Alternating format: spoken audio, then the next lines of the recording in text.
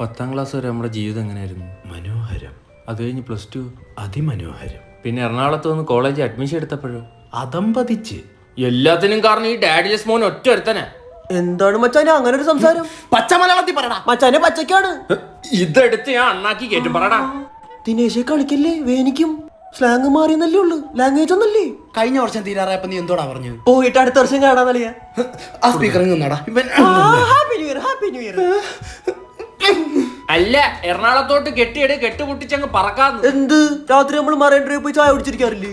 അവിടെ പോയി കൊതുകടി ഉള്ളതിന്റെ പേര് അച്ചില്ലേ. വേറെ സാധനം ഉണ്ട്, ലുലുമാളി 5 പൈസ കറങ്ങിട്ട് പറയാ വൈബെന്ന്. ഇത് കണ്ടു കുറെ എണ്ണം ഇങ്ങോട്ട് കെട്ടിയെടുക്കും. ആഹാ, എറണാകുളത്തെ ഗേൾസിനെ പറ്റി പറയടാ.